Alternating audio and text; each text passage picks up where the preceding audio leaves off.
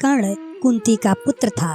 पांडवों के साथ कुंती का विवाह होने से पहले ही इनका जन्म हो चुका था। लोक लज्जा के कारण उसने यह भेद किसी को नहीं बताया और चुपचाप एक पिटारी में रखकर उस शिशु को अश्व नाम की नदी में फेंक दिया था। इसके जन्म की कथा बड़ी विचित्र है।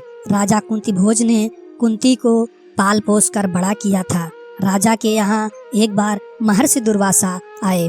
कुंती ने उनका बड़ा सत्कार किया और जब तक वह ठहरे उन्हीं की सेवा सत्कार में रहे।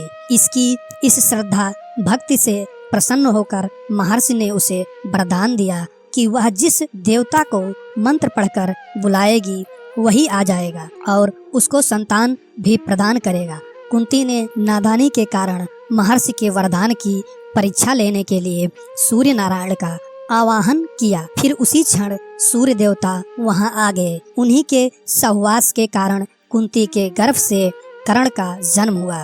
जब पिटारी में रखकर इस शिशु को उसने फेंक दिया तो वह पिटारी बहती हुई आगे पहुंची।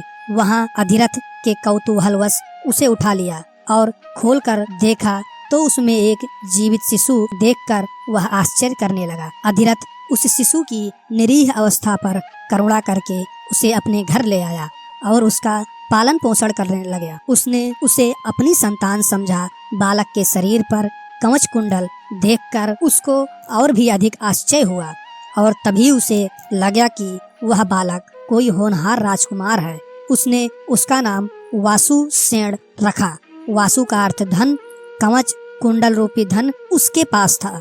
विधाता ने ही इसे दिया था, इसलिए उसका नाम वासुसेन उचित ही था। वासुसेन जब कुछ बड़ा हुआ तो उसने शस्त्रों का अध्ययन करना आरंभ कर दिया। वह सूर्य का उपासक था। प्रातःकाल से लेकर संध्या तक वह सूर्य की उपासना ही किया करता था। दानी भी बहुत बड़ा था। उपासना के समय कोई भी आकर उससे जो कुछ भी मांगता वह बिना हिचकिचाए उसको दे देता था। अमूल से अमूल वस्तु से उसको मोह नहीं था। उसका गौरव तो दानवीर कहलाने में था और अपने कृत्यों से अपने वास्तव में यह सिद्ध भी कर दिया कि वह दानवीर था। उसके समान दानी कौरवों और पांडवों में से कोई नहीं था। उसका परिचय तो हमें उस समय मिलता है जब इंद्र ब्राह्मण का वेश धारण करके उसके पास उसकी अमूल्य निधि कवच कुंडल मांगने गया था। उस समय कर्ण ने देवराज का स्वागत किया था और शहर से अपने कवच कुंडल उतार कर दे दिए थे। दान करते समय अपने हित या अहित विचार वह नहीं करता था।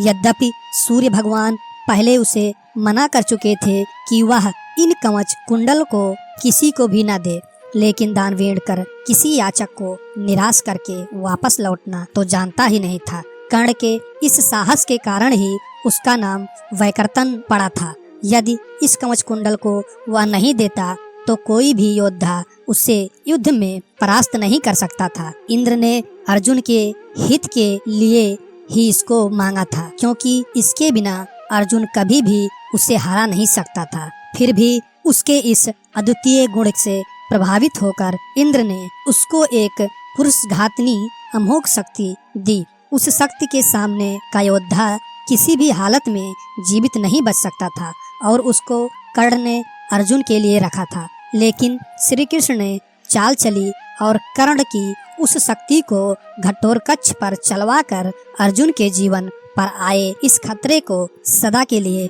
मिटा दिया। अगर आपको ये कहानी अच्छी लगती है प्लीज लाइक करें, शेयर करें एंड सब्सक्राइब करें। Thank you. जय माता दी, जय हिंद दोस्तों।